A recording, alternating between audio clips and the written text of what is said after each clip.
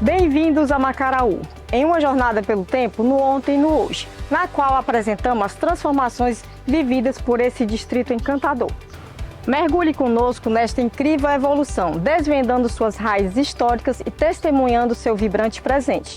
Descubra como tradição, vida diária e progresso se entrelaçam, moldando uma identidade única dessa comunidade ao longo das décadas.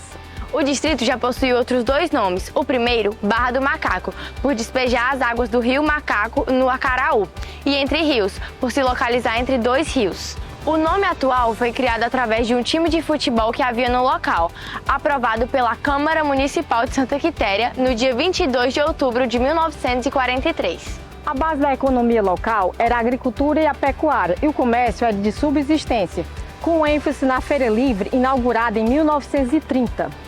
Macaraú sempre se destacou dos demais distritos de Santa Quitéria, e quem nos conta a origem é o professor e historiador Paulo Henrique Martins.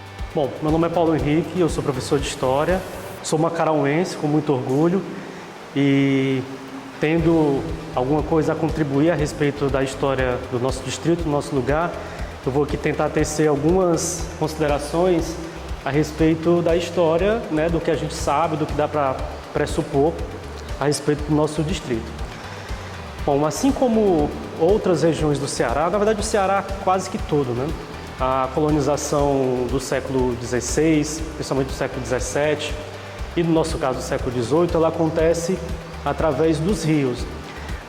Os colonizadores, sejam eles vindos diretamente da Europa, de Portugal, ou aqueles que vieram das levas colonizadoras da Bahia e de Pernambuco, tinham nos rios o principal caminho de entrada no território. Então funcionava assim, de navio eles faziam o corte pelo litoral e ao desembarcar no leito do rio, entravam rio adentro, né, tomando posse das terras que encontravam, que conseguiam ter à sua disposição. É por isso que se diz que na história do Ceará, né, o Ceará há uma colonização chamada hipotâmica, né, porque o rio é o caminho. Então aqui no Macaraú isso também não foi diferente, né? Aqui tem uma conjuntura muito favorável, porque havia dois rios muito importantes, como até hoje existem, claro, né?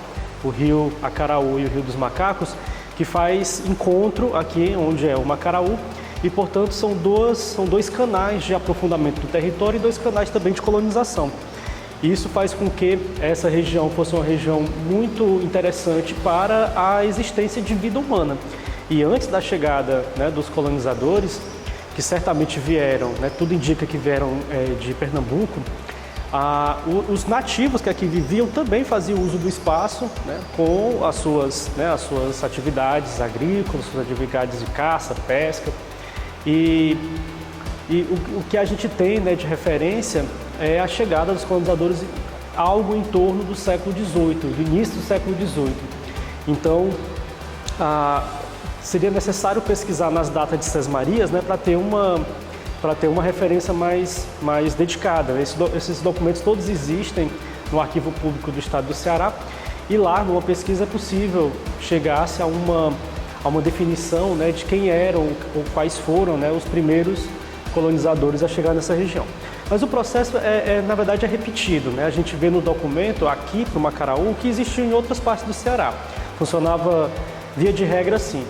O sujeito chegava com a sua tropa, né, geralmente uma família extensa, e aí procedia a chamada limpeza da terra, né? A limpeza da terra é a expulsão ou extermínio dos nativos que viviam na região. Então, ou expulsava ou matava todo mundo, e depois de fazer essa limpeza da terra, claro, né, certamente escravizando muitos dos índios que não eram mortos em combate, procedia-se a formação de uma fazenda, né? Geralmente fazenda de criar. Então abria a mata, fazia o pasto, trazia os animais, né, para começar o rebanho, e aí se formava uma fazenda sobre a qual aquele sesmeiro, né, aquele dono da terra, iria auferir as suas riquezas e também contribuir para o desenvolvimento de Portugal. Afinal de contas, tudo estava debaixo das ordens, né, da coroa portuguesa. Então, feito esse processo de primeira colonização, o sesmeiro ele solicitava ao rei de Portugal ou ao vice-rei que estava no Brasil, solicitava a posse da terra através de uma carta em que ele dizia, né, cheguei no ano tal, com o meu esforço, consegui limpar a terra, né, consegui montar uma fazenda de criar, e a partir dessa fazenda estou gerando riquezas para mim, para a igreja e para a coroa. Então, por isso eu peço as terras do lugar tal até o lugar tal. Então, nas minhas pesquisas, que já foram feitas há algumas décadas atrás, eu encontrei uma sesmaria que o sesmeiro dizia, né, que a sua terra era na Barra do Acaraú. Aliás, na Barra do Macaco. A Barra do Macaco é o Macaraú. Então ele argumenta, né, que do lugar tal até o lugar tal, das referências geográficas, essa terra eu solicito que seja minha. Esse senhor, né, esse colono, ao fazer essa reivindicação, meio que faz a nossa carta de Peru Vaz de Caminha, né? Assim como a carta de Caminha é o documento batismal, digamos assim, da presença portuguesa no Brasil, essa data de Sesmaria é o nosso documento batismal dessa região toda aqui, né? Desse Macaraú, do que é hoje o distrito de Macaraú. Isso tudo no começo do século XIX, que já é uma colonização um pouco tardia, né? Porque o Nordeste é desde o século XVI, claro, né? Ali a faixa litorânea.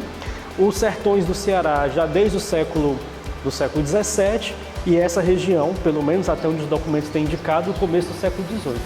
Então, é mais ou menos nessa perspectiva que surgem as primeiras fazendas desses interiores, que depois, lá na frente, vão virar vilas, que depois vão virar os aglomerados urbanos, né? Distritos e cidades. Isso é uma história que é para nós, mas é para todo mundo, né? Não tem grande diferença. Então, no mais das vezes, funcionava assim: monta-se uma fazenda, dessa fazenda a necessidade de uma assistência espiritual faz com que o próprio dono da fazenda, né, e a sua família extensa, monte uma pequena capela. A montagem da capela exige a vinda de um cura, né, um pároco, né, um assistente espiritual, um padre, que vai, né, ministrar os sacramentos, realizar os ofícios, né, cantar missa. E a partir da criação desse outro equipamento, que é uma pequena capela, que é uma igreja, a doação de terras para o santo, para a padroeira, para a santa, vai dando espaço para a constituição de outras casas, e essas casas vão ampliando a quantidade de pessoas, que depois vai acabar se transformando num pequeno núcleo urbano. Aqui no Macaraú, as indicações é que isso vai se desenvolver ao longo do século XVIII, né, no transcorrer do século XVIII, e até o início do século XIX, né, quando o Brasil já está numa outra conjuntura, né, o Brasil já está dentro de um rol das nações livres de Portugal, e aí é dentro desse meandro que vai surgir, né, o espaço que depois vai virar o Macaraú.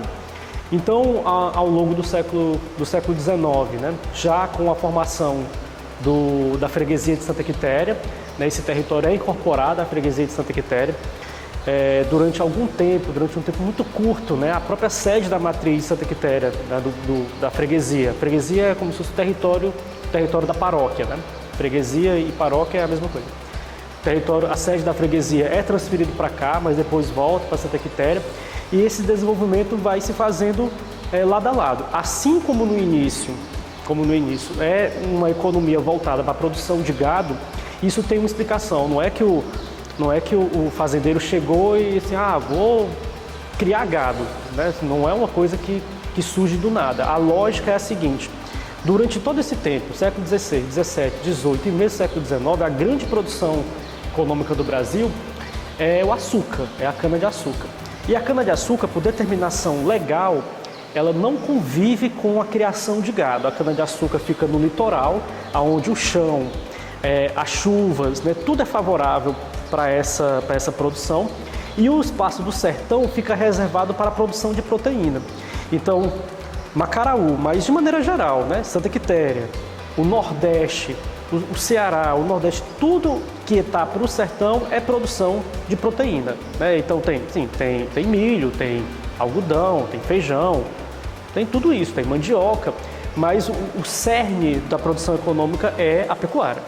E no caso da pecuária aqui, a função é simples, né? Você tem uma fazenda de gado, os gados são criados, né, e tal, para que depois eles sejam transportados ou em carga viva, como se chama, né, que é quando o gado é transportado em pé até as grandes feiras, para onde eles são vendidos, para Olinda, Recife, Salvador, a Paraíba também, ou como acabou se transformando na lógica mais conveniente para nós, a produção de gado morto, né? Porque você produz o gado aqui, o gado é abatido, ele desce pelo rio, né? Ele desce ou pelo leito do rio seco ou pelas estradas que margeiam o rio até Sobral, de Sobral até Camusim, e em Camusim essa produção de gado que é daqui do Macaraú, mas também de toda a região, né?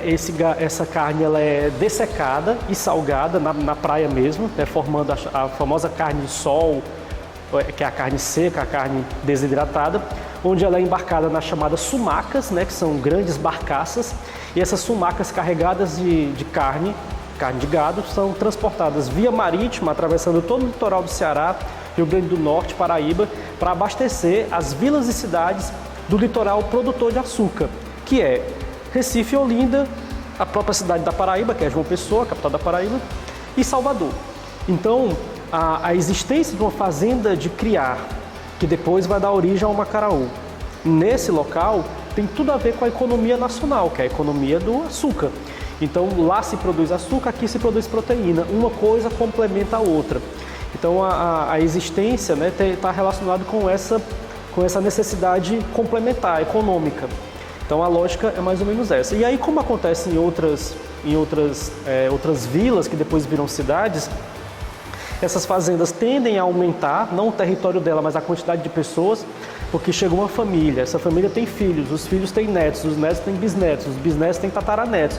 Isso tudo vai criando um conglomerado populacional, né, que vai ganhando dimensão, eles vão fazendo casa, eles vão dando uma dimensão, né, mais adensada para a ocupação, e a partir disso vai se surgindo, né, as pequenas vilas, as pequenas comunidades, e até, né, a formação de um pequeno núcleo urbano. No nosso caso, né, a igreja, né, que certamente vai aparecer no documentário, né, a igreja é a grande referência, porque é no entorno dela, né, que esse núcleo urbano vai se formando, exatamente por essa dimensão também religiosa da formação dessas urbanidades. Então, essa é a lógica que vai se aplicar à história do Macaraú durante o século XVIII, embora não tivesse o nome de Macaraú, né, na época chamava-se de Barra do Macaco, fazendo uma referência aonde o rio faz barra, onde o rio encontra o seu fim, né, que ele é afluente do rio Acaraú.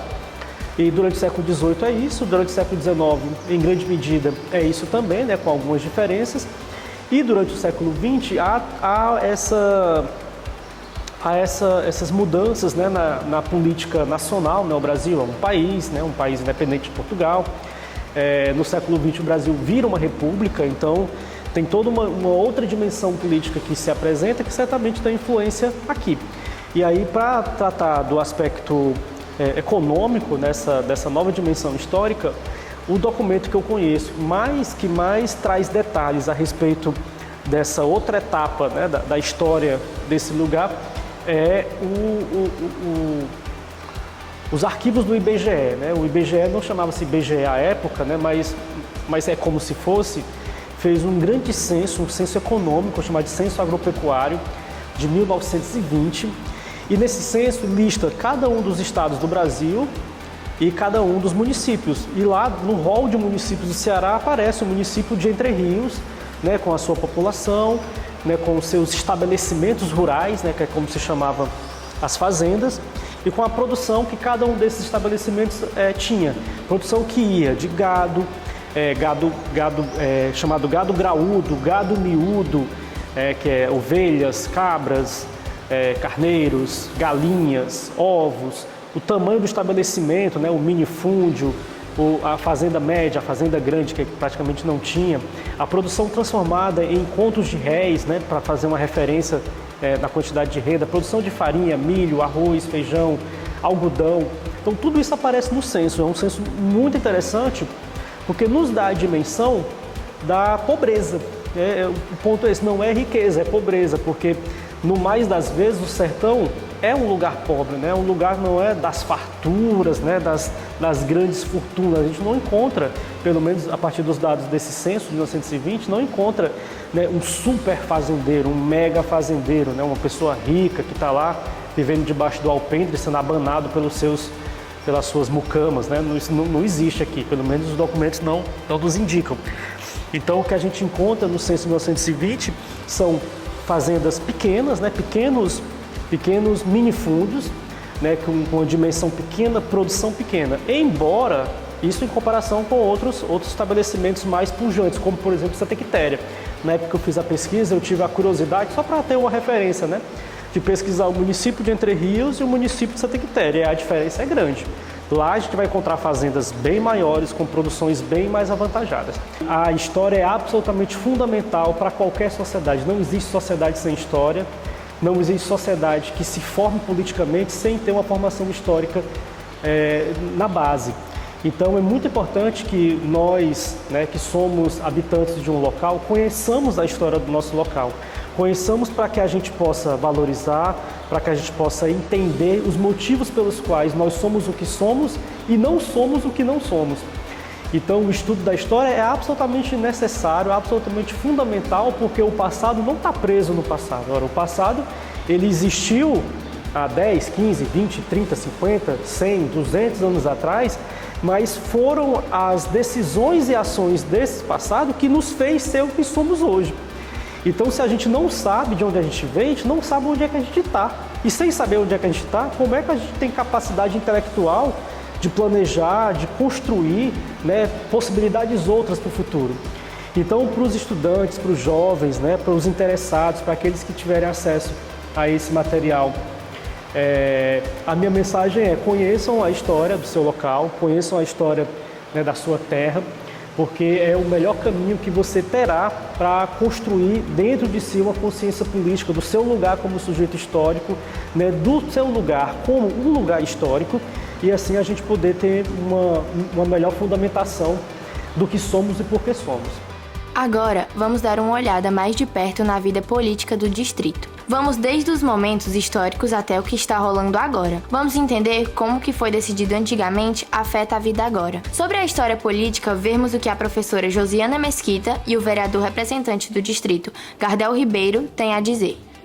Sou Josiana Marques de Mesquita, sou aqui de Macaraú, sou professora, sou historiadora, nasci e me criei aqui. Meu trabalho de pesquisa, né, desde a faculdade, foi um pouco da história política de Macaraú, que a gente tem conhecimentos, né, estudos que hoje nós somos distrito de Santa Quitéria, mas nós já fomos município independente.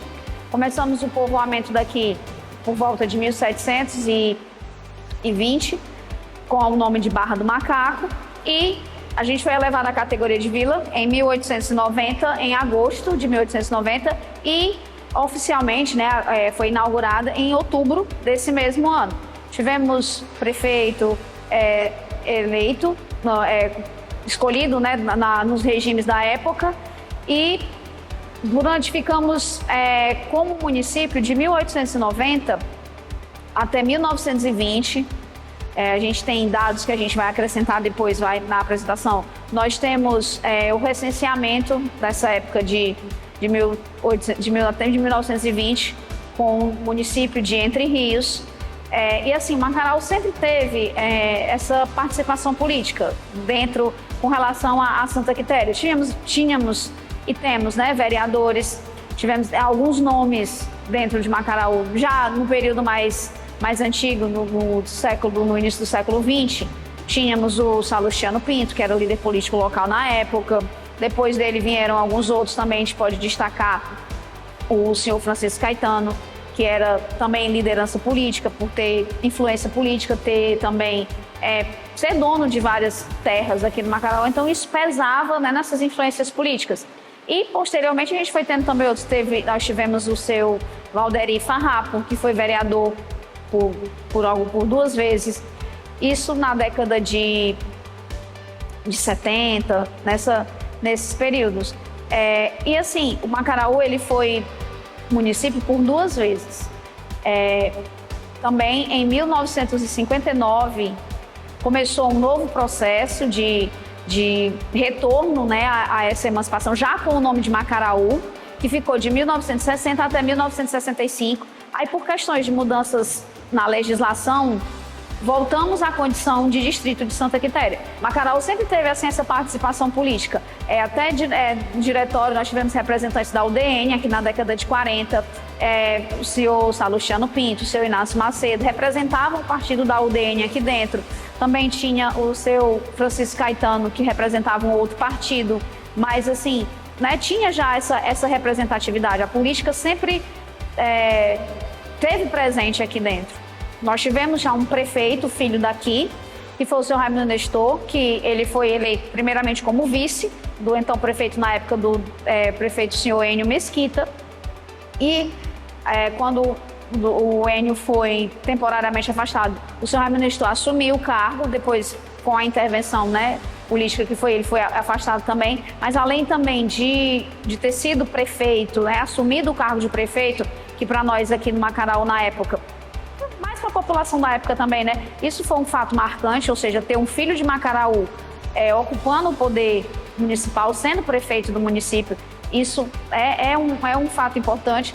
E também assim, nós destacamos aqui dentro o vereador José Maria dos Santos, que quando foi vereador, ele batalhou por vários projetos, por várias conquistas aqui dentro do Macaraú, inclusive a implantação da creche aqui de Macaraú foi iniciativa dele, com o apoio de outros líderes políticos da época, seu Raimundo, seu Chico Caetano, entre outros. Então, Macaraú, a gente teve esses nomes. Hoje nós temos novamente um representante no Poder Municipal, que é o Gardel.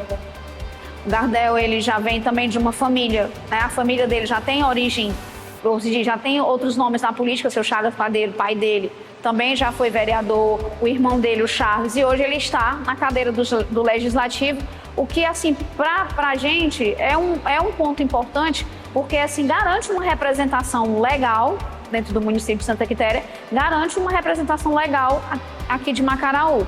Isso vem a agregar dentro da política aqui para a gente. Olá, eu me chamo Gardel, sou filho aqui do distrito de Macaraú, sou enfermeiro de formação, sou também pedagogo e estou graduando a faculdade de farmácia.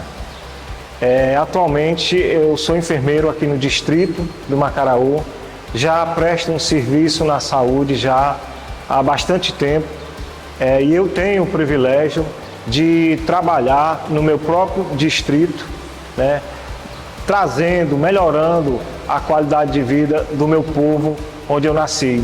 E isso me deixa muito lisonjeado em hoje poder estar exercendo a minha função de enfermeiro no meu distrito, onde eu nasci, onde eu vivo, onde eu tenho muitos amigos. Sou filho do Chagas Padeiro e da Dona Rosa.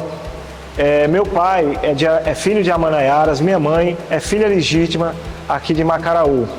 Trago no meu sangue uma trajetória política, pois meu pai já foi vereador por alguns mandatos.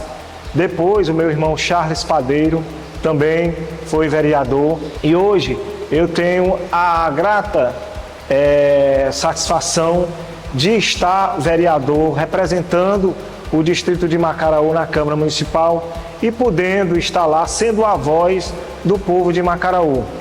E isso me deixa muito lisonjeado quando eu lembro outros nomes aqui do distrito que também tiveram a oportunidade de estar na Câmara Municipal de Santa Quitéria, também representando o nosso distrito, como grandes nomes como Inácio Macedo, Valderi das Chagas Farrapos, seu Raimundo Nestor, José Maria dos Santos, o meu pai Chagas Padeiro, meu irmão, e hoje eu tenho, como eu disse, a grata satisfação de estar lá, sendo a voz do povo do meu distrito e, consequentemente, a voz do povo de Santa Quitéria.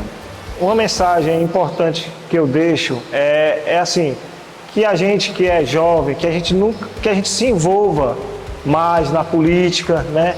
Que a gente tente cobrar mais insistentemente dos nossos políticos aquilo que o nosso município precisa, porque a gente tem que lutar. O político, eu sozinho como vereador, eu tenho a voz lá na Câmara, mas é preciso que não só eu cobre, mas também como toda a população, vocês também é que têm uma voz maior, vocês têm o poder de eleger os políticos e, com isso, o poder também de cobrar as melhorias, né? Votando certo, votando em candidatos que realmente tenham compromisso com o povo. Viver às margens dos rios nos concede benefícios como a agricultura, a pesca e o lazer. Durante o período de inverno, sofremos transtornos por falta de uma ponte, já que só temos uma passagem molhada. E o transporte geralmente são canoas. Para falar mais sobre o assunto, convidamos o ex-funcionário do Denox e filho da terra, Carlos Melquides Farrapo. Meu nome é Carlos Melquides Mesquita Farrapo. Nasci aqui em Macaraú, estudei aqui até quando tinha escola aqui, né? Colégio público, né? Que é a escola Salustiano Pinto, que era meu bisavô, né? Sou feliz com isso, certo? E meu pai também ajudou muito para esse ginásio vir para cá, né? Na época não tinha científico, aí eu fui obrigado a ir para Fortaleza para fazer o científico em Fortaleza. Fui aqui, terminei no 79, no 80 eu estava em Fortaleza fazendo científico, né? Mas Macaraú é um lugar que sempre o pessoal que nasceu aqui vem sempre na época de festejo, Natal, Ano Novo, estão sempre aqui, certo? E sobre o Rio Acaraú, né, que eu trabalhei em Denox mais de 30 anos, eu como chefe da açude, eu sei todas as épocas de enchentes, né, aqui, e as maiores enchentes o açude Araras deu aqui foi na época de 74, que eu me lembro, eu tinha 9 anos de idade, me lembro, 13, né, me lembro que o Araras ficou água aqui, todas a margem aqui na periferia da nossa localidade. Não entrou em casa de ninguém, me lembro muito, não entrou em casa de ninguém, mas na madrugada não era energia elétrica, ainda era energia a motor, diesel. Meu pai era o subprefeito da época, o senhor Caetano ia acordar ele 3 horas da manhã para ligar o motor, porque o povo a água estava chegando nas portas, nas cozinhas das pessoas que moravam na periferia, e que ligasse o motor da energia, né? Aí o Raimundinho, quem ligou o motor, 3 horas da manhã, todo mundo assustado, saiu procurando o que estava vendo. Era o Rio Macaco e o Rio Acarumó cheio de radar. E foi aqui, ficou, né, historicamente, muita gente, eu me lembro demais disso aí, certo? A maior cheia, de 74. E ficou todo mundo assombrado. Me lembro muito que tinha uma senhorinha, uma velhinha com a mala na cabeça, dizendo que ia lá pro açude, lá pro alto. Lá nos altos ia escapar lá, porque com medo da cheia. Mas, pessoal, não tem perigo nenhum. O açude do Araras é muito bem feito pelo Denox, e não tem condições jamais. Esse açude beneficiou muito a nossa região. Você vê, não morava ninguém na Vajota, não existia quase ninguém em Vajota. Hoje a Vajota é uma grande cidade, só tem a desenvolver e está desenvolvendo a região todinha. Porque com o açude veio o pessoal que mora na beira do açude, todo pescador e plantando vazante. Aí perenizou, a partir do açude, perenizou o Rio Acaraú. Mais de 70 anos que esse rio é perenizado. E com isso as pessoas fazem vazante, criam gado, tem muita fazenda nas margens do Rio Acaraú, daqui até o bar, certo? E também ao redor do açude. E também, força maior, o Denox também criou 2 projetos irrigados. O Araras Norte, né, que é conhecido por todo mundo, nós aqui da região, e o Baixo Acaraú. São mais de 20 mil hectares, todo irrigado, todo feito projeto, já deixando irrigado para os colonos plantar, certo? Quer dizer que o benefício é grande com esse rio, com essa água. Se não fosse água, não morava ninguém aqui nessa região, é que eu digo muito. Se não fosse esse açude, não só nessa nossa região, como vários açudes no Nordeste todo, né? E a população aumentou devido à pesca, devido aos plantios, né? Devido às fazendas nas margens do rio, porque sem água ninguém sobrevive, né? Mas estamos reivindicando a um deputado federal que venha nos olhar para nós, que só existe verba parlamentar, verba só existe em Brasília. Que todas as estradas, todas as pontes, venha dinheiro de Brasília. Prefeitura não tem dinheiro. Prefeitura já viu dinheiro para saúde, educação e pagamento de funcionário. Não tem dinheiro para ponte, somente uma ponte dessa que gasta uns 8 milhões, uma ponte dessa hoje, talvez. Com foco no lado espiritual de Macaraú e como a fé está presente no coração do nosso povo, destacamos as 2 igrejas mais antigas e com mais adeptos. E para relatar sobre elas, teremos a contribuição do Padre Fábio Gomes Ferreira, filho de Macaraú, e do pastor da Assembleia de Deus, Edgar Procópio. Sou filho aqui dessas terras de Macaraú e para mim é uma alegria poder estar participando aqui desse documentário. Eu fiquei muito feliz com o convite da equipe que está à frente desse projeto aqui, pedindo assim, solicitando, me convidaram para que eu pudesse estar aqui nesse momento e, claro, eu aceitei com muita alegria. Sou natural aqui da Santa Luzia, hoje é um bairro aqui do Macaraú, mas na minha infância lá era uma fazenda, então eu cresci aqui dentro desta igreja, né? Essas paredes, todo esse espaço aqui da igreja é um espaço que eu trago muitas boas recordações. Né? Muitas pessoas que me acompanharam na minha caminhada vocacional já estão no céu. Algumas ainda estão aqui caminhando conosco. Esse ano eu completei 13 anos de padre, né, de ordenação. Estou com 50 anos de vida. No meu ministério já morei em várias cidades. Eu iniciei o meu trabalho pastoral, no período que me ordenei aqui no distrito de Jaibaras, depois eu fui transferido para o Ipu, fiquei lá quase 2 anos, depois fui morar em Massapê, fiquei 3 anos, retornei de novo para o Jaibaras, fiquei mais 3 anos, depois voltei para Sobral, para o bairro dos Terrenos Novos, e lá fiquei quase 5 anos, né? E atualmente eu estou no distrito de Itaperuaba, como pároco lá da paróquia de Nossa Senhora do Carmo. E Macaraú nunca sai do meu coração, né? Sempre quando eu posso, todas as segundas-feiras eu estou por aqui, meus pais continuam morando por aqui e a minha vida, por onde eu estiver, Macaraú está sempre presente. Macaraú e todos os macarauenses. Eu sou fruto da bondade desse povo, né? De suas orações, também das mãos que se estenderam para me ajudar na minha caminhada como estudante. E guardo sempre boas recordações deste povo. Um povo que tem um coração muito compassivo, né? Que sabem acolher, que sabem ajudar. E a minha vida ela foi marcada por esta ajuda dos macarauenses, né? E é uma grande alegria eu estar aqui hoje, neste dia, deixando um pouco aqui registrado um pouco da minha história e do meu amor por esta capela, né? A Capela de Santa Ana, que é tão querida por todos nós, especialmente por mim. Guardo no meu coração a figura da irmã Freitas, que foi a grande promotora vocacional da minha vida, né? Mesmo sem eu saber e também sem ela saber, ela foi lançando as sementinhas para que hoje eu pudesse estar aqui, né, como padre. Eu costumo dizer que os primeiros sinais da minha vocação aconteceu quando criança, mesmo sem eu entender o que estava acontecendo, né? E que era um chamado de Deus, né? O profeta Jeremias, ele nos diz que nós já somos chamados desde o ventre materno, né? Desde o ventre materno eu te escolhi. E esta frase ela é muito forte na minha caminhada vocacional, porque depois de seminarista, depois já como padre, né?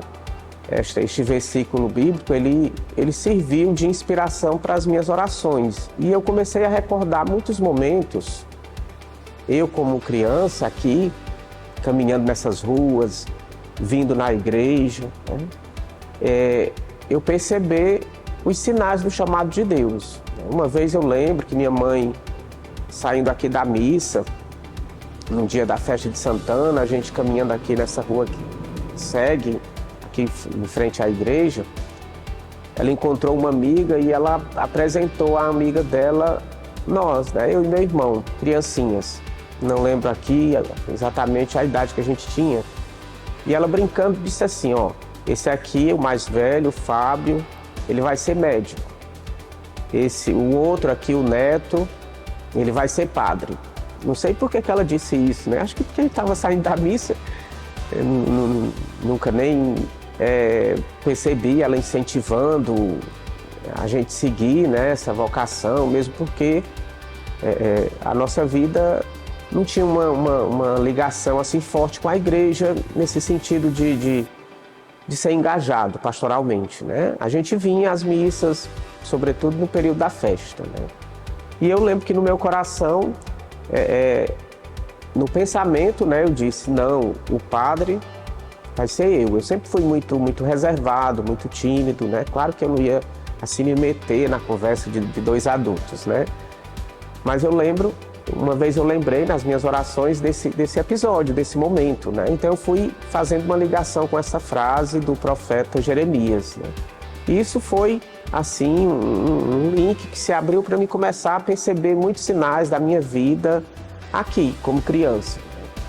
Eu lembro que eu sempre vinha para as celebrações da palavra, aos domingos aqui, né? Entrando na fase da adolescência. Eu lembro que nenhum dos meus colegas vinham, só eu. Aí eu ficava aqui com um grupo de senhoras que tinha, né? Nem as pessoas que vinham lá da Santa Luzia comigo, né, não vinham para a celebração da palavra, só eu, né? Chegavam aqui, eles se dispersavam, alguns ficavam ali no bar do seu Valderi, né, que tinha ali o Las Vegas, né, que era uma dancinha que tinha, mas eu vinha para a igreja, né? E tudo isso voltou assim na minha mente, e eu acredito que quando eu manifestei os meus primeiros sinais de vocação, eu recebi essa receptividade da irmã Freitas, né? Eu não conhecia os padres, não conhecia nada, foi ela que foi me orientando, né, me conduzindo. E assim eu fiz o vocacional e fui chamado para ir para o seminário, né? Quando eu estava no 2º ano de seminário, a irmã Freitas adoeceu, né, e morreu, como todos nós sabemos, mas eu sempre tenho ela no meu coração. E eu carrego comigo uma Bíblia que ela me deu de presente.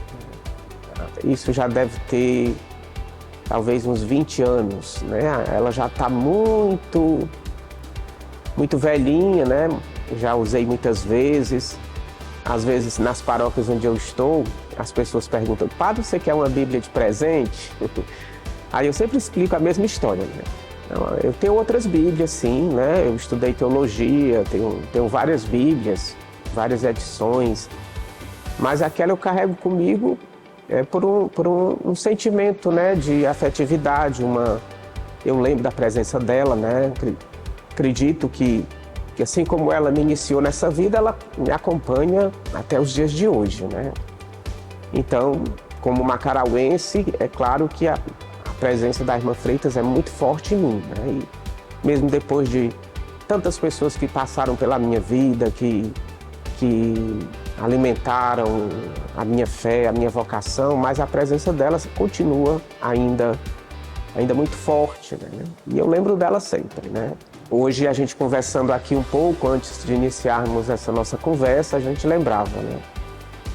Esse ano essa capela faz 290 anos, né? E quanta história tem aqui nessas paredes, né? Macaraú é uma terra que tem muito essa perspectiva da fé, da maneira, né? Da nossa maneira, mas nós temos essa comunidade aqui, ela tem de forma muito sólida essa questão da religiosidade e que foi transmitida por muitas gerações, por muitos anos, de uma forma muito hospitaleira. As festas aqui, elas são muito tradicionais. A gente vê que ainda hoje, mesmo com a sociedade assim tão secularizada, no tempo da festa, a gente percebe que ainda existe muito essa questão de conservar, né, esses aspectos que os nossos antepassados deixaram, né? A hospitalidade aqui sempre foi uma marca muito forte, sobretudo nesses períodos de festa. A nossa festa de Santa Ana, que acontece em setembro, é algo que sempre marcou muito a vida dos macarauenses, dos amigos, que sempre reservam esta data com muito carinho. Eu lembro que eu morei um tempo no Rio de Janeiro e quando eu encontrava algum macarauense ou alguém que tinha alguma ligação aqui com a nossa terra, o assunto era sempre esse, era o da festa, né? Vamos reservar o mês de setembro para a gente organizar nossas férias, enfim. Ainda hoje a gente percebe muito esse momento, né, de reencontro. A festa de Santana, ela tem esse caráter espiritual, mas também de reencontro, onde a gente encontra os amigos, às vezes ficamos muito tempo sem nos vermos, mas aí acontece aquele encontro, acontece aquela amizade. Então é uma terra que tem muito esse aspecto da fraternidade, da familiaridade, da hospitalidade. Isso a gente vê muito presente aqui, né, nesse meio, né, no meio aqui da religião. Também esse ano, aqui conversando com as meninas, foi lembrado que é uma data muito especial porque vai estar completando 80 anos que chegou a nossa imagem de Nossa Senhora de Fátima, né? E foi um momento também marcante na vida aqui da comunidade. Não sei se tem fotos registrando esse dia, se alguém conseguiu, né, conservar esse registro. Mas são momentos assim que a gente precisa estar sempre lembrando para a gente perceber a presença de Deus na nossa caminhada e a gente poder assim conservar essas coisas boas que acontecem em nossa vida, né? Sobre a parte histórica, nós temos acesso a muitas informações, não tanto quanto a gente queria. E eu também não sou um grande conhecedor, né, da história aqui da nossa capela. Nós temos informações que aqui um padre que morou aqui no povoado, aqui em Macaraú, ele está enterrado aqui na Capela de Santa Ana, inclusive a gente tem até uma plaquinha, né? Então a figura desse padre foi sempre uma figura assim, muito presente na minha vida. Quando criança a gente vinha para a catequese, eu lembro que as nossas catequistas, aqui em memória eu lembro de uma amiga tão querida, a dona Ana, que foi minha catequista. Ela sempre falava da gente que aqui tinha um padre, né, enterrado. Então são lembranças assim que com certeza foram sementes sendo lançadas no meu coração para mim hoje poder estar aqui a serviço da igreja, a serviço do reino de Deus na vida sacerdotal.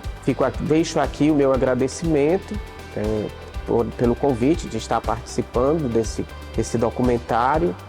Deixo aqui para todos os macarauenses, todos os amigos de Macaraú, o meu abraço fraterno, dizer que estamos unidos em oração, unidos pela Eucaristia. Meu muito obrigado.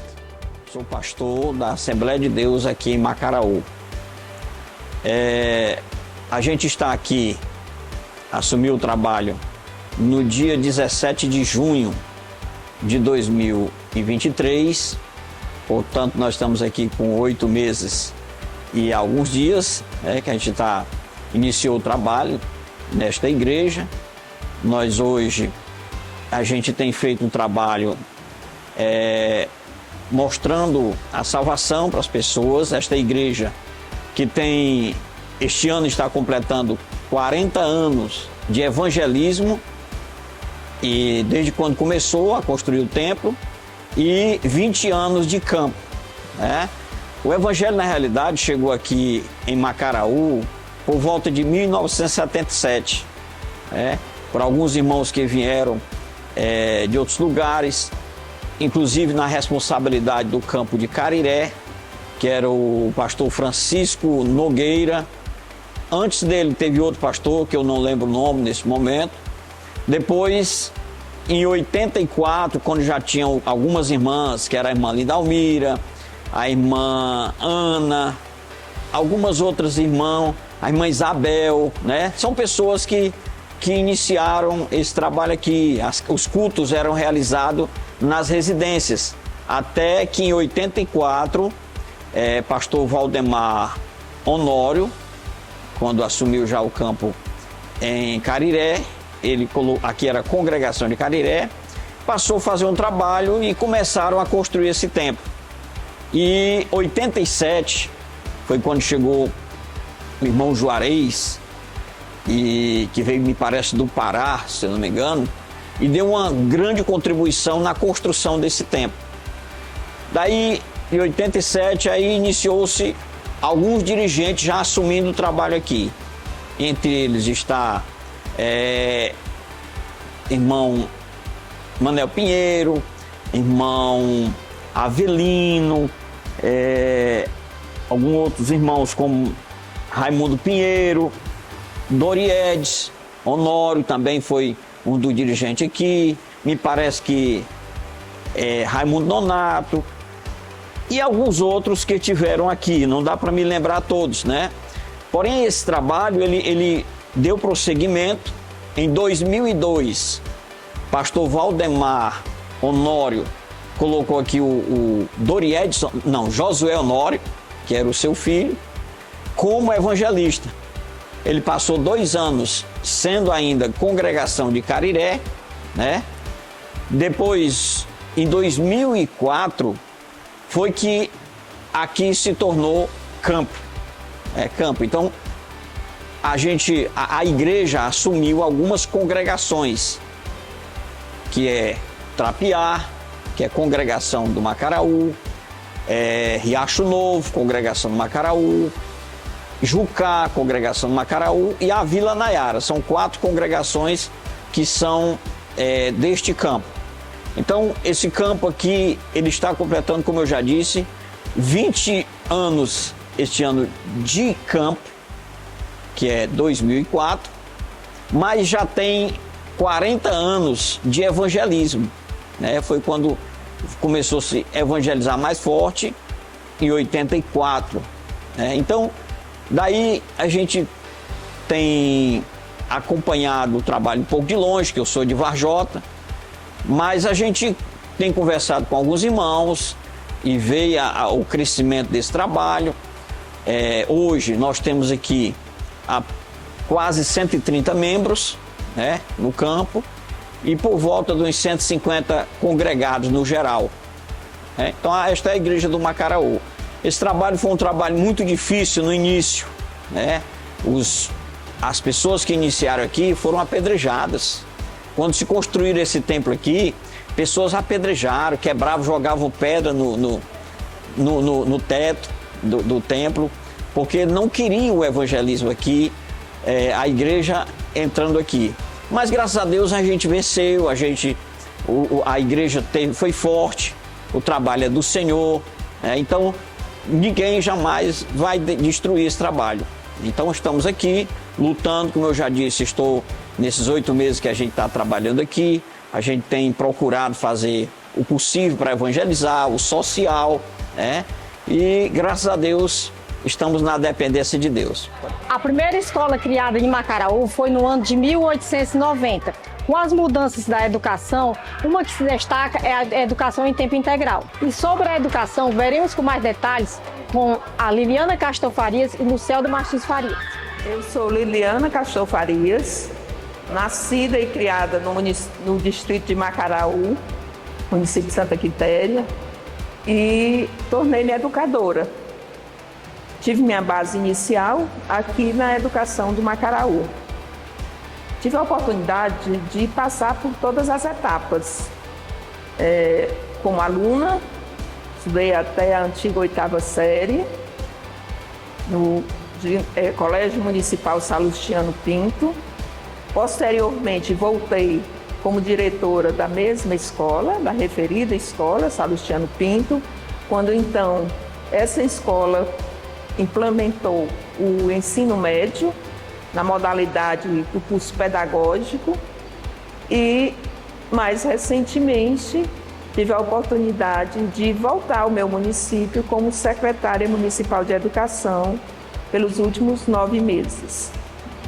Minha trajetória foi sempre no serviço público.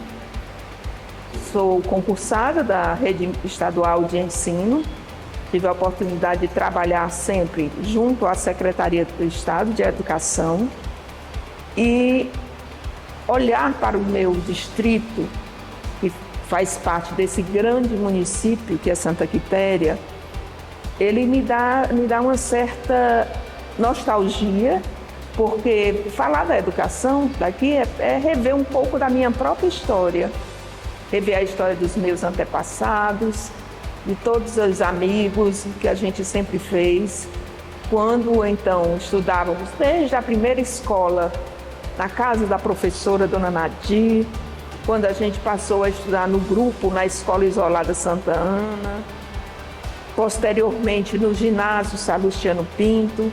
Enfim, esse desenvolvimento da educação, ele se entrelaça, ele se confunde com a história da própria população. Daqui, muitas pessoas conseguiram galgar, encontrar o seu caminho e se profissionalizar, se destacar no mundo. Temos grandes profissionais que saíram daqui, engenheiros, médicos, os próprios professores que hoje atuam, todos foram frutos do estudo daqui do distrito de Macaraú, do município de Santa Quitéria. Enfim, essa educação, ela tem dado bons frutos. A escola do Macaraú tem algo diferenciado.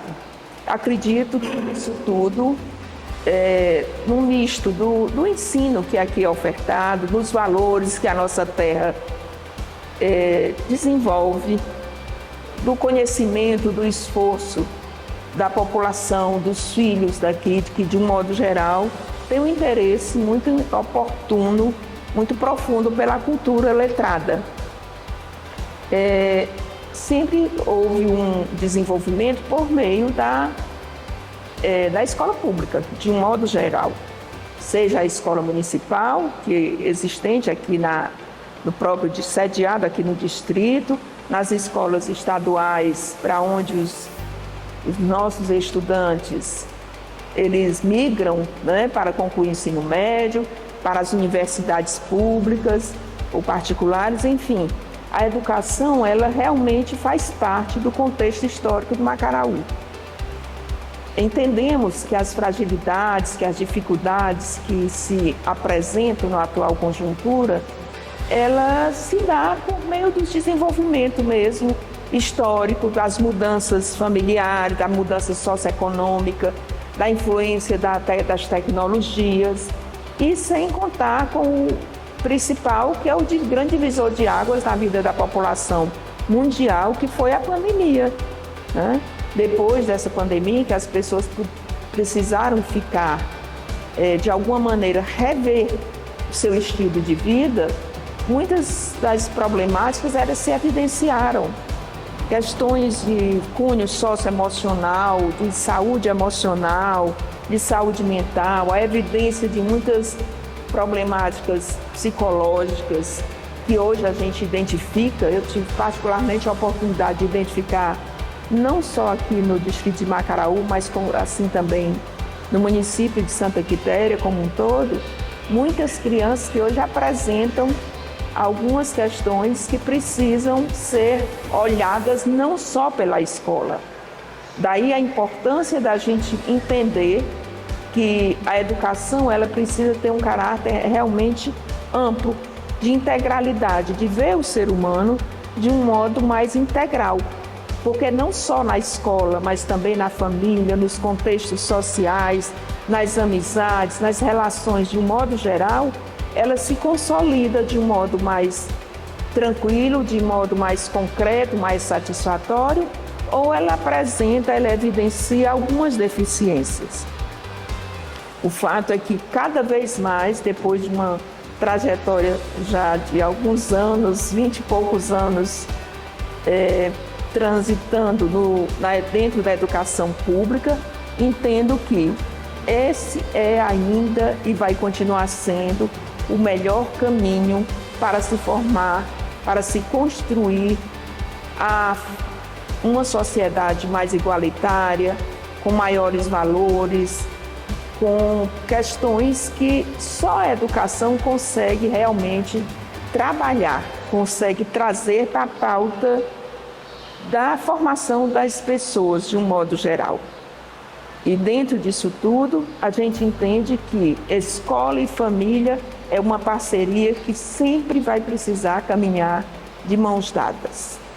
Acreditamos que isso é fato que passe pela pelo conhecimento de todos, mas assim, vale a pena sempre a gente reforçar.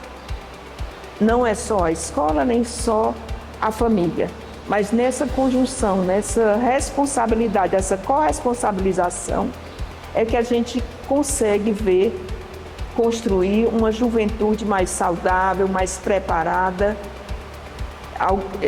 com melhores condições de conquistar os espaços que lhe forem interessantes, né?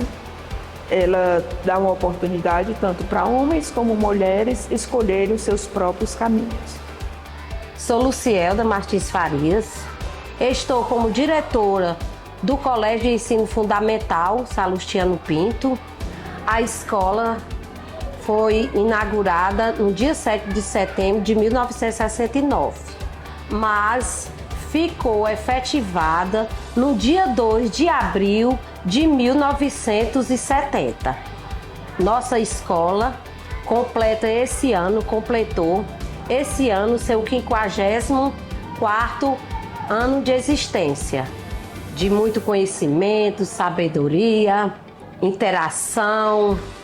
Até 1977, a nossa escola era mantida pela Fundação Maximiliano Linhares. Depois houve um decreto e passou a ser mantida pela Prefeitura Municipal de Santa Quitéria, onde funcionava o ensino médio. Após outro decreto, o ginásio Salustiano Pinto passou a ser denominado Colégio Municipal de Ensino Fundamental Salustiano Pinto. Hoje nossa escola, ao início, era apenas 4 salas, 2 banheiros. Hoje a nossa escola existe 9 salas de aula. Nós estamos realizando um sonho esse ano, que é a nossa biblioteca, um prédio próprio que foi construído, que será inaugurado posteriormente. É um sonho de todos que já passaram por aqui, uma obra de grande importância, um acervo que é a nossa biblioteca, onde funcionava improvisada em salas de aula. E hoje a gente fica muito feliz de nós professores, de nós funcionários, que fazemos parte do Salustiano Pinto. A gente está realizando esse sonho. E o nosso trabalho é uma parceria com a família, com a comunidade, com os funcionários. Sozinho a gente não vai avante, a gente precisa dessa parceria, desse compromisso, porque o nosso objetivo maior é nossa aprendizagem, é formar cidadãos. E essa é a nossa missão maior. O esporte sempre foi uma paixão macarauense, em especial o futebol, que até deu a origem ao nome do distrito. Oi, eu sou o Ailton Araújo de Mesquita. A gente veio aqui para falar um pouco sobre o esporte aqui em Macaraú, né, que é muito bem representado hoje pelas equipes de campo. Tem o MEC, né, que é o Macaraú Esporte Clube, tem o Racing, também tem a Santa Luzia Esporte Clube. E também falar um pouco sobre a Copa, o Juninho Lopes, que hoje é uma das coisas assim, sobre o esporte mais bem vista, né? Que a gente vem ganhando nome nos últimos anos e já são 12 edições que eu organizo, com parceria com outros amigos também. E hoje ela é bem conhecida na nossa região, né? Por ser uma Copa de futsal, né? Uma homenagem a um amigo nosso que nos deixou. E a gente deu o nome da Copa em homenagem a ele, né? Juninho Lopes. E também, hoje a gente tem uma parceria também com a escolinha Bola na Rede, que hoje ela é uma formadora além de atletas, né? Também, querendo ou não, ajuda a formar jovens cidadãos, né? Que são crianças a partir de 9 anos até a idade de 17 anos. E, de certo ponto, eles já saem dali com a expectativa até de jogar uma copinha que, querendo ou não, passou a ser um objetivo para eles, né? E a gente hoje também tenta manter o esporte vivo, né, em meio a tantas dificuldades hoje do esporte, porque é um esporte que a gente não tem retorno, não tem recursos, né, para isso. A gente corre atrás, pede ajuda, depende também muito do comércio ajudar a gente para a gente poder manter tanto a Copa como as equipes de campo. E tem bastante tempo aqui que eu estou aqui, já tem alguns anos que eu estou aqui de Macaraú. que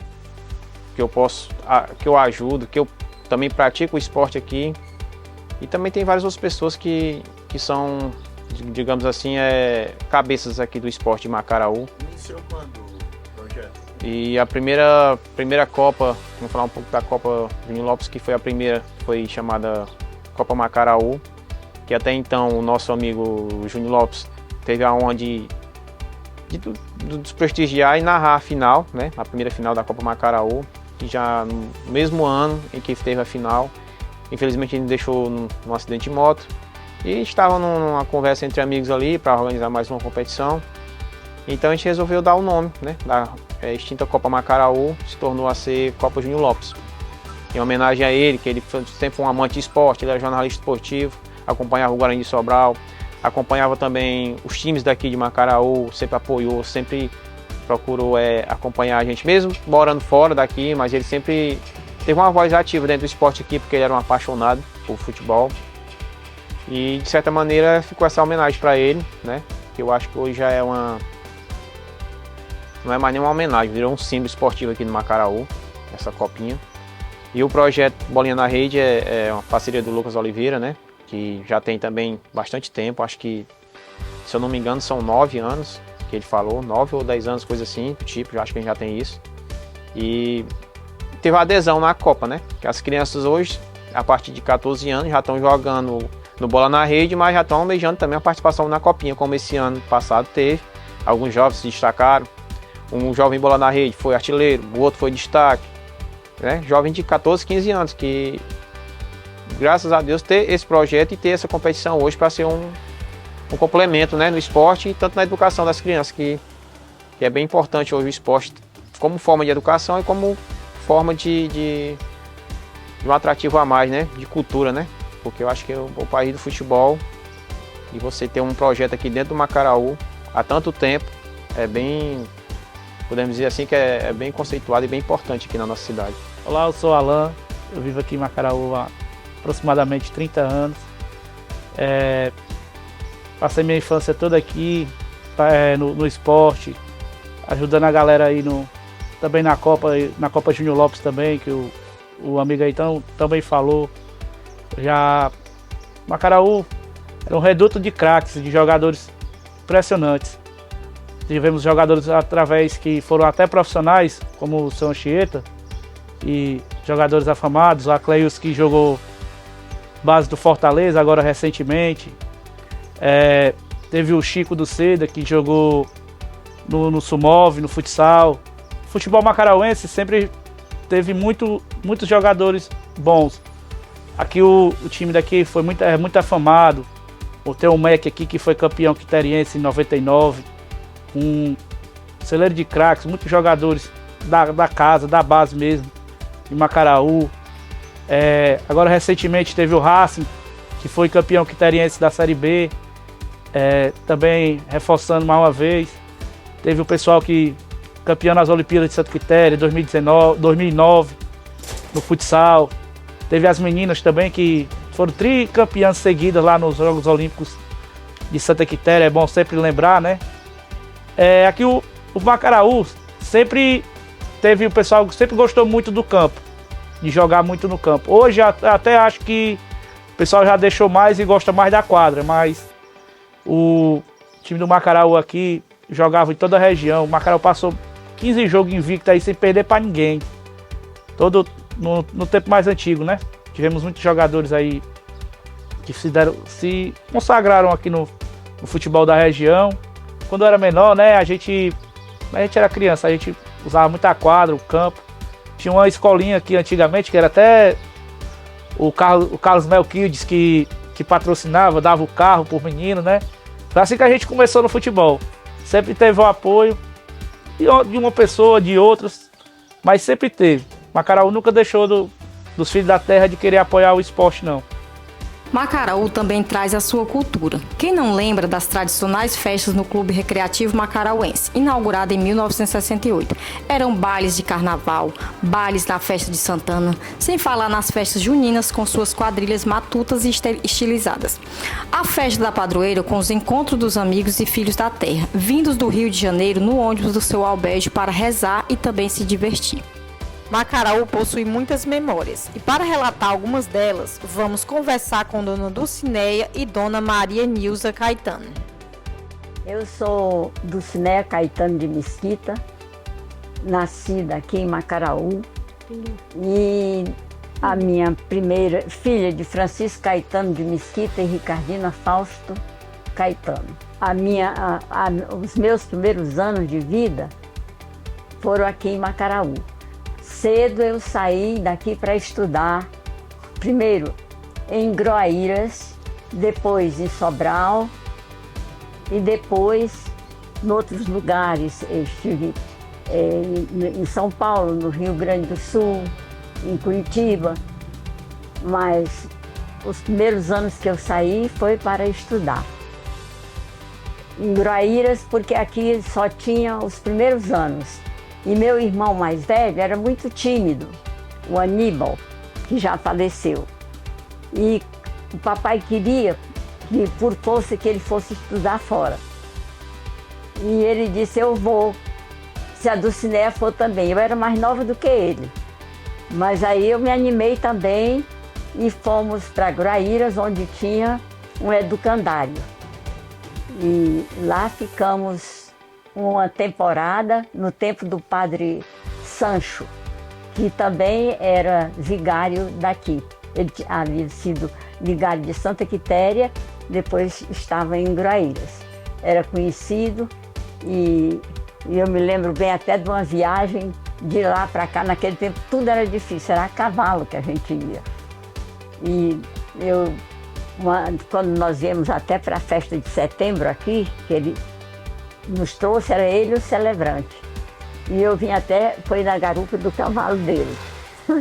Era um penar, tudo mais do que hoje, né? Que hoje ainda é muito difícil aqui para Macaraú, que parece que nós não temos pessoas que se interessem pelo desenvolvimento, nem pelo progresso de Macaraú. Mas essas memórias eu tenho da infância. Então, eu fiquei uma temporada em Groaíras, pouco tempo. Aí depois voltei para cá e fiquei estudando no terceiro ano primário com a dona Marcisa, que era a esposa do Arthur Castor Pinto, né? E antes havia estudado na escola da dona Francisquinha do Prado Vale, que era naquela casa que hoje é só o terreno que é da prefeitura. Lá era a casa, a residência dela. Mas era quase como um grupo escolar, porque ela era professora do estado e a família todinha era ocupada na educação das crianças de Macaraú. Ela era a única professora que era do estado, havia outras do município, né? Mas ela era estadual. E a ave era um Deus nos acuda, era muito importante e era muito boa. E ainda hoje, a gente lembrando as coisas que ela fazia, é que a gente vê como ela tinha só o que chamavam naquela época propedêutico, né, que era um ginásio. Ela sabia de muita coisa. Hoje ainda lembro de muita coisa que ela ensinava e a preocupação dela com o Macaraú todo, com Entre Rios, né, que é. Aí era toda a criançada ia para lá, um sacrifício enorme. Tudo com cadeira na cabeça, porque não tinha carteira, tinha só uma mesa grande na sala e a casa era grande, tinha um salão na frente e tinha um alpendre. E praticamente ela ocupava a família dela todinha com a escola. Era assim, o marido dela ensinava tabuada. Uma filha mais velha fazia ditado com os alunos maiores. E outros ajudavam na alfabetização. E ela também era no comando, né? Era muita gente. Para a gente ir, tinha que levar a cadeirinha na cabeça, porque não tinha assento lá suficiente para todo mundo. Era um tempo difícil, mas tenho boas lembranças da Dona Francisquinha, e eu tenho até, lamento que aqui em Macaraú não tenha uma rua com o nome dela, porque ela fez muito pela educação de Macaraú naquela época. As pessoas mais antigas, todas passavam por ela.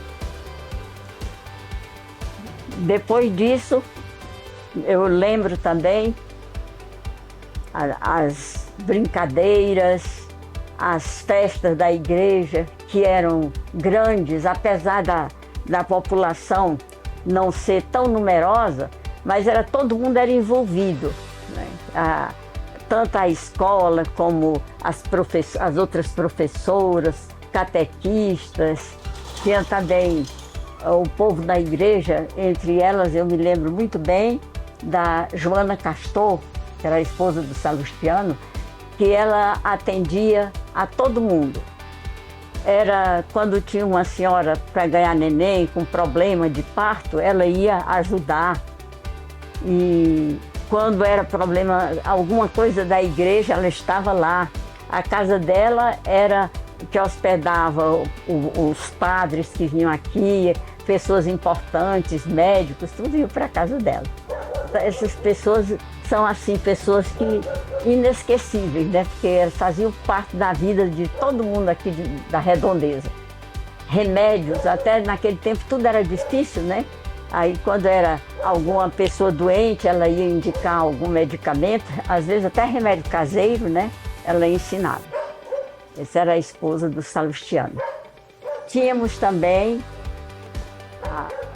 as crianças.